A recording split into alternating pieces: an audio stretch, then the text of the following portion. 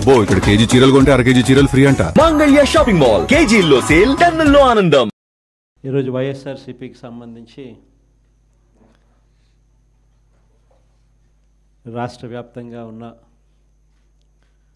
State committee సభ్యులు, అదేవిధంగా district ప్రెసిడెంట్లు, కాన్స్టిట్యుయెన్సీ నియోజకవర్గ యూత్ ప్రెసిడెంట్స్, మిమ్మల్ని అందరినీ కూడా ఈరోజు ఇలా కలవడం చాలా సంతోషంగా ఉందని ఈ సందర్భంగా తెలియజేస్తాను. పార్టీలో క్రియాశీలకంగా ఈ కన్స్ట్రక్షన్ కార్యక్రమం అనేది చేస్తూ ఉన్నాం. ప్రతిపక్షంలో ఉన్నాం. ప్రతిపక్షంలో ఉంటూ ప్రభుత్వం పనిచేస్తూ ఉన్న విధానాన్ని ప్రశ్నిస్తూ, ప్రభుత్వం ఇచ్చిన హామీలను ఆ ప్రభుత్వం ఎగరగొడతా ఉన్న నేపథ్యంలో ఆ ప్రభుత్వాన్ని గట్టిగా నిలదీస్తూ, నిద్రపోతూ ఉన్న ఈ ప్రభుత్వాన్ని మేలుకొల్పే ప్రయత్నం గట్టిగా చేస్తూ ఉన్నాం. చేసే ఈ ప్రక్రియలో ఆర్గనైజేషన్ పరంగా ఇంకా మనం బలంగా ఎదగాలి. ఎదుగుదల అన్నది ఎందుకు అవసరము, ఎందుకంత ఇంపార్టెంటు అన్నది క్లుప్తంగా చెప్తాం. ఈరోజు మన పార్టీని చూసినప్పుడు చాలామంది ఎమ్మెల్యేలు కొత్త వాళ్ళే. మన పార్టీ వచ్చినప్పుడే 2011లో మన పార్టీ మనం స్థాపించిన పరిస్థితుల మధ్యలో గమనిస్తే, నేను అప్పట్లో కాంగ్రెస్ పార్టీ నుంచి బయటకు వచ్చిన. నేను బయటకు వచ్చినప్పుడు నాతో పాటు వెనకాల ఎవరు లేరు. నేను మా అమ్మ ఇద్దరం మాత్రమే బయటకు వచ్చినాం. అక్కడి నుంచి మొదలైంది ప్రస్థానం. నాతో పాటు కొంతమంది నాయకులు, నా మీద వ్యక్తిగతంగా అభిమానం ఉన్న నాయకులు కొంతమంది, మా కడప జిల్లాల నుంచి మరి ముఖ్యంగా కొంతమంది నాయకులు నాతో పాటు రావాలని అడుగులు ముందుకేశారు. నేనన్నా, నా పరిస్థితి ఏమిటో నాకే అర్థం కావడం లేదు. అందరూ అంటా ఉన్నారు కేంద్రంలో కాంగ్రెస్ పార్టీతో ఢీకొంటా ఉన్నావు, రాష్ట్రంలో ముఖ్యమంత్రితో ఢీకొంటా ఉన్నావు కాంగ్రెస్ పార్టీతో. ఇలాంటి పరిస్థితుల్లో నా పరిస్థితి అగమ్య గోచరంగా ఉన్నప్పుడు నేను మిమ్మల్ని నాతో పాటు రమ్మని చెప్పి నేను చెప్పలేను. దేవుడు ఆశీర్వదించి నేను ఎదిగినప్పుడు, నేను బాగున్నప్పుడు అప్పుడు రండి అని చెప్పి కొంతమందికి చెప్పిన. ఇట్లా రాష్ట్రం వైపు తిరిగి చూస్తే ఎవ్వరూ లేరు వెనకాల. కేవలం నేను, నాతో పాటే అమ్మ, మేము మాత్రమే ఉన్నాం. ఆ ప్రస్థానం అక్కడి నుంచి మొదలైంది. కానీ రాజకీయాలలో ఎప్పటికీ కూడా విలువలు, విశ్వసనీయత ఇవి మాత్రం ఎక్కడా ఎప్పుడూ తగ్గనేలా. ఎన్ని కష్టాలు వచ్చినా కూడా ఇటువైపు చూస్తే పొలిటికల్ ఒబ్లివియన్ అంటారు, ఏ రోజు కూడా కాంప్రమైజ్ కాల. విలువలు, విశ్వసనీయత అన్న దానికి మాత్రం పెద్ద పీటీ వేశాం. విలువలు, విశ్వసనీయత అన్నది ఎట్లాంటి పరిస్థితిలో ఉన్నా కూడా ఏ రోజు కూడా అవి ప్రశ్నించే పరిస్థితిలో ఏ రోజు రాజకీయాలు ఎప్పుడు చేయాల. అక్కడి నుంచి సాగింది రాజకీయ ప్రయాణం. ఆ తర్వాత నాతో పాటు 18 మంది ఎమ్మెల్యేలు కాంగ్రెస్ పార్టీ వీడి నాతో పాటు రావాలన్నారు. అందరినీ పదవులు రాజీనామా చేయమన్నా. రాజమోహన్ రెడ్డి ఎంపీ నాతో పాటే వస్తానన్నాడు. అన్న రాజీనామా చేయన్నా. రాజీనామా చేశాడు, వచ్చినాడు. బై ఎలక్షన్ జరిగింది. నా ఎలక్షన్ బై ఎలక్షన్, అమ్మ election by election, Rajamohan Reddy election by election. నా ఎలక్షన్లో 5,40,000 మెజారిటీ, ఆ 14th లోక్సభలో హయ్యెస్ట్ మెజారిటీ వచ్చింది మీ అన్నకే, జగన్కే. ఆ రోజు మనం ప్రమాణ స్వీకారం చేసేటప్పుడు పార్లమెంట్లో ప్రతి తల్లా కూడా మన వైపే తిరిగి చూస్తుంది. Highest majority in the 14th Lok Sabha. కానీ జీర్ణించుకోలేని పరిస్థితిలో మన మీద అంతే పగబట్టడం కూడా ఆ మెజారిటీని చూసి అనుకోండి, అది వేరే విషయం. ఆ తర్వాత తర్వాత రాజమోహన్ రెడ్డి కాంగ్రెస్ పార్టీలో ఉన్నప్పుడు పోటీ చేసినప్పుడు వచ్చిన మెజారిటీ కన్నా అంతకన్నా 2 మెజారిటీతో ఆయన గెలిచినాడు. 2.5 లక్షల మెజారిటీతో ఆయన కూడా గెలిచడం జరిగింది. అందువల్ల 18 మంది ఎమ్మెల్యేలు నాతో పాటు అడుగులు ముందుకు వేశారు. 18 మంది ఎమ్మెల్యేలు అప్పట్లో నాతో పాటు అడుగులు ముందుకు వేశారు. ప్రతి ఒక్కరికి చెప్పా, రాజీనామా చేస్తేనే బయటికి రండి అని చెప్పి. మొత్తం 18 మంది రాజీనామాలు చేసినారు.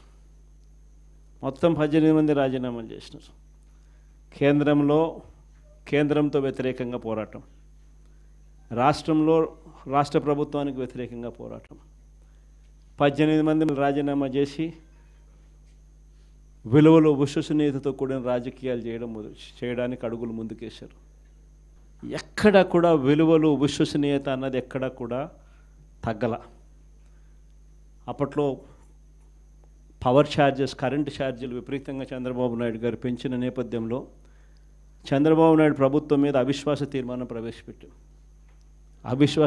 ప్రవేశపెడితే ఆశ్చర్యం ఏమిటో తెలుసా? తెలుగుదేశం పార్టీ అప్పట్లో కిరణ్ కుమార్ రెడ్డి ప్రభుత్వానికి సపోర్ట్ చేసింది. 294 స్థానాలకు 148 ఎమ్మెల్యేల స్థానాలు హాఫ్వే మార్క్ అయితే, అప్పట్లో చంద్రబాబు నాయుడు సపోర్ట్ చేయడం వల్ల కాంగ్రెస్ పార్టీ బయటపడింది. చంద్రబాబు నాయుడు అండ్ కాంగ్రెస్ ఇద్దరూ కలిసి ఒకటై కుమ్మక్కై రాజకీయాలు చేశారు అప్పట్లో. అలాంటి పరిస్థితుల్లో కూడా ఎక్కడ కూడా ప్రజలు హర్షించే విధంగా విలువలతోనూ విశ్వసనీయతతోనూ కూడిన రాజకీయాలు చేశాం. క్యాన్వస్ చూస్తే ఆంధ్ర రాష్ట్రం విడిపోయిన తర్వాత 175 నియోజకవర్గాలకు సంబంధించి కూడా పరిస్థితి, క్యాండిడేట్లు అందరూ కొత్త వాళ్ళే. అక్కడి నుంచి ఒక 18 మంది మన క్యాండిడేట్ తప్ప నుంచి మిగతా వాళ్ళంతా ఫ్రెష్ ఫేసెస్. నుంచి మన క్యాండిడేట్లు విజయం సాధించడం మొదలుపెట్టాడు. 67 స్థానాలు 2014లో గెలిచినాం. మళ్ళా 23 మందిని దాంట్లో పోచింగ్, మళ్ళా మనల్ని పార్టీని వీకెన్ చేయడం కోసం అని చెప్పి 9 మంది ఎంపీలు గెలిస్తే 3 ఎంపీలను పోచింగ్, 67 మంది ఎమ్మెల్యేలో 23 మంది ఎమ్మెల్యేలు పోచింగ్. కానీ దేవుడు 2019 వచ్చేసరికి అదే మొట్టికాయలు వేసాడు. మన దగ్గర నుంచి ఎంతమంది పోచింగ్ చేశారో కరెక్ట్గా అంతే నెంబరే, వాళ్ళ నెంబర్స్ కూడా కరెక్ట్గా అంతే 23కే పడ్డాయి. ఎంపీలు ఎంతమందిని పోచింగ్ చేశారో మళ్ళీ కరెక్ట్గా అంతే నెంబర్స్తోనే వాళ్ళ నెంబర్లు కూడా కట్టడయ్యాయి. నేను చెప్పేది ఎందుకు చెప్తా ఉన్నానంటే, ఈ విషయాలు అందరూ కొత్త వాళ్ళే. కొత్తదనానికి విలువ అన్నది ప్రతిపక్షంలో ఉన్నప్పుడే వస్తుంది. ప్రతిపక్షంలో ఏ నాయకుడైనా ఎదగలుగుతాడు, ఎవరైనా నాయకుడు కాగలుగుతాడు. అయితే 2 గుణాలు ఉండాలి. ఒకటి ప్రజలకు అందుబాటులో ఉండడం, రెండవది చిక్కటి చిరునవ్వుతో పలకరింపు. 2 ఖచ్చితంగా ఉండాలి.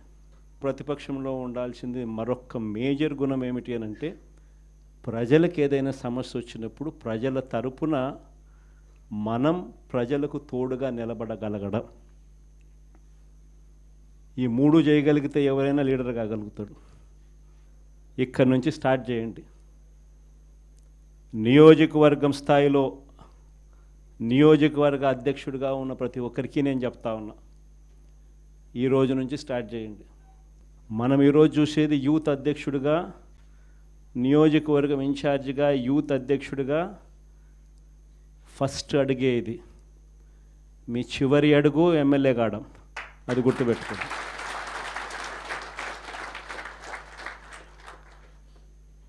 ఎదగడం, మీ చేతుల్లో ఉంది. మిమ్మల్ని పెంచడం నా చేతుల్లో ఉంది.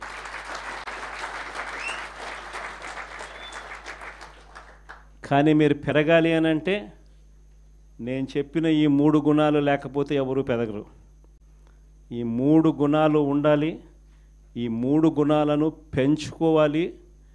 పెంచుకున్న దాంతో అసెస్ చేసుకోవాలి. ప్రతి నియోజకవర్గ ఇన్ఛార్జ్కు ఇది ఒక ఛాలెంజ్ ఇస్తున్నా.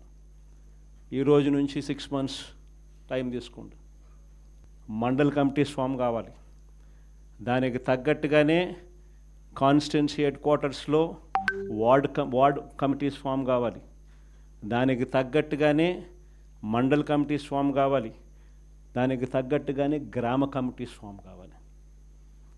గ్రామ కమిటీసు, మండల్ కమిటీసు, మున్సిపాలిటీల్లో వార్డు కమిటీసు మొత్తం మీ ఆధ్వర్యంలోనే ఉన్నాయి. మొత్తం మీ ఆ చేతుల్లోనే ఆర్గనైజేషన్ ఉంది. ఆర్గనైజేషన్ చేసేటప్పుడు ధ్యాస పెట్టండి, బుర్ర పెట్టండి. కెపాసిటీ ఉన్న వాళ్ళని తీసుకొచ్చే కార్యక్రమం మొదలుపెట్టండి. ఎదగడానికి ఎవరైతే సిద్ధంగా ఉన్నారో వాళ్ళని ఆర్గనైజేషన్లోకి తీసుకొని వచ్చే కార్యక్రమం చేయండి. వైఎస్ఆర్సీపీ ప్రతి గ్రామంలో ఉంది. సిమిలర్లీ జిల్లా అధ్యక్షులకు చెప్తా ఉన్నా, అసెస్ చేసుకోండి. ఎవరికి చెప్పాల్సిన పనులా నేను మీకే ఇచ్చిపెడతా ఉన్నా. ఎందుకంటే మీరు ఎదగాలి. పర్యవేక్షించండి. నియోజకవర్గ స్థాయిలో ఉన్న యూత్ అధ్యక్షులు ఎలా పర్ఫామ్ చేస్తూ ఉన్నారు, వాళ్ళకు చేదోడు వాదోడుగా ఉండండి, వాళ్ళకు తోడుగా ఉండండి, గైడెన్స్ ఇవ్వండి, సలహాలు ఇవ్వండి, చేయి పట్టుకొని నడిపించండి. కమిటీస్ అన్నీ పర్ఫెక్ట్గా అయ్యేట్టుగా చూసుకోండి. ఈ ప్రోగ్రామ్స్ కన్నిటికీ కూడా ఫర్దర్ సూపర్విజన్ ఉండడం కోసం అని చెప్పి వర్కింగ్ ప్రెసిడెంట్లుగా, జోన్లకు వర్కింగ్ ప్రెసిడెంట్లుగా కూడా తీసుకొచ్చే కార్యక్రమం చేయబోతా ఉన్నాం. వర్కింగ్ ప్రెసిడెంట్లుగా వచ్చే వాళ్ళను యంగ్ ఎమ్మెల్యేలు ఎవరైతే ఆల్రెడీ మన పార్టీలో ఉండి నేడు ఎలక్షన్లో ఓడిపోయిన పరిస్థితుల్లో ఉన్న యంగ్స్టర్సు, యంగ్ ఎమ్మెల్యేలు ఎవరైతే ఉండారో, ఆర్గనైజేషన్ తెలిసిన వాళ్ళు, ఆర్గనైజేషన్ పరంగా మిమ్మల్ని సరిగ్గా గైడ్ చేయగలిగిన వాళ్ళు, మిమ్మల్ని కూడా తోడుగా మీకు నిలబడగలిగిన వాళ్ళు. ప్రతిపక్షంలో ఉన్నాం కాబట్టి కేసులు పెట్టించుకోవాల్సి వస్తుంది. కేసులు పెట్టించుకునేటప్పుడు మీకు అండగా తోడుగా కేసులు పెట్టించుకున్నా పర్వాలేదు. ఈ రకంగా కేసులు పెట్టినా కూడా ఈ రకంగా దాన్ని మనం మెనూవర్ చేయొచ్చు. ఈ రకంగా వ్యవస్థలన్నీ మనకు తోడుగా ఉంటాయి. పార్టీ ఈ రకంగా మీకు అండగా ఉంటుంది అని భరోసా ఇచ్చేందుకు యంగ్ ఎమ్మెల్యేలను వర్కింగ్ ప్రెసిడెంట్గా కూడా తీసుకొచ్చే కార్యక్రమం చేస్తూ ఉన్నాం. సిద్ధార్థ్ కూడా ఒక జోన్కు అదే మాదిరిగా వర్కింగ్ ప్రెసిడెంట్గా ఉంటాడు. సిమిలర్లీ ఈస్ట్ వెస్ట్కు, ఉత్తరాంధ్రకు, కృష్ణా గుంటూరుకు ఈ రకమైన జోన్లకన్నిటికీ కూడా వర్కింగ్ ప్రెసిడెంట్లుగా యంగ్ ఎమ్మెల్యేలను కంటెస్ట్ చేసిన వాళ్ళను కూడా తీసుకొచ్చే కార్యక్రమం చేస్తూ ఉన్నాం. ఆర్గనైజేషన్ పరంగా యూత్ కానీ, మహిళ కానీ, స్టూడెంట్ కానీ, రైతు కానీ ఈ 4 చాలా బలంగా ఉండాలి. తర్వాత ఎస్సీ ఆర్గనైజేషను, ఎస్టీ ఆర్గనైజేషను, బీసీల ఆర్గనైజేషన్ ఇవన్నీ కూడా ఇవే స్థాయిలో ఇంతే బలంగా తయారు కావాలి. ప్రతిపక్షంలో ఉన్నప్పుడే ఇవన్నీ బలంగా మనం తయారు చేసుకునే వెసులుబాటు మనకు ఉంటుంది. వెసులుబాటులోకి రావాలి. ఆర్గనైజేషన్లో ఉన్న ప్రతి ఒక్కడు సోషల్ మీడియాలో ఆటోమేటిక్లీ ఎంపానల్ కావాలి. సోషల్ మీడియాలో మీ ఫోన్ అన్నది ఈరోజు యుగంలో మీ దగ్గరున్న గన్ను. ఈరోజు యుగంలో, ఈ సోషల్ మీడియా యుగంలో మీ దగ్గరున్న ఏకైక వెపన్, ఏకైక గన్ను మీ ఫోను. ఆర్గనైజేషన్ పరంగా మీరు దాంట్లో ఎంపానల్ అయిపోయి ఉండాలి. మీతో పాటు మీరు క్రియేట్ చేసి ఆర్గనైజేషన్ గ్రామస్థాయి దాకా కూడా ఆ ఆర్గనైజేషన్లో పార్టీ కావాలి. ప్రతి ఒక్కరి చేతిలోనూ కూడా మీకు అన్యాయం జరిగితే ఆ అన్యాయం నాకు జరిగింది అని చెప్పి మీరు ఆ మాధ్యమంలో మీరు చెబితే ఆ మాధ్యమం ద్వారా పార్టీ హైకమాండ్ మా దాకా కూడా తెలియడమే కాకుండా రాష్ట్ర వ్యాప్తంగా ఉన్న మొత్తం వైఎస్ఆర్సీపీ శ్రేణులందరికీ కూడా ఈ మెసేజ్ వెళ్ళిపోవాలి.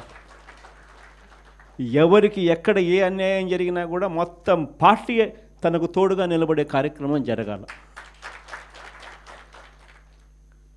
ఇది విజన్. నా జిల్లా ప్రోగ్రాములు కూడా మళ్ళీ ఉంటాయి. నా ప్రోగ్రాంతో పాటు చివరిలో నా పాదయాత్ర కూడా ఎట్టగో జరుగుతుంది.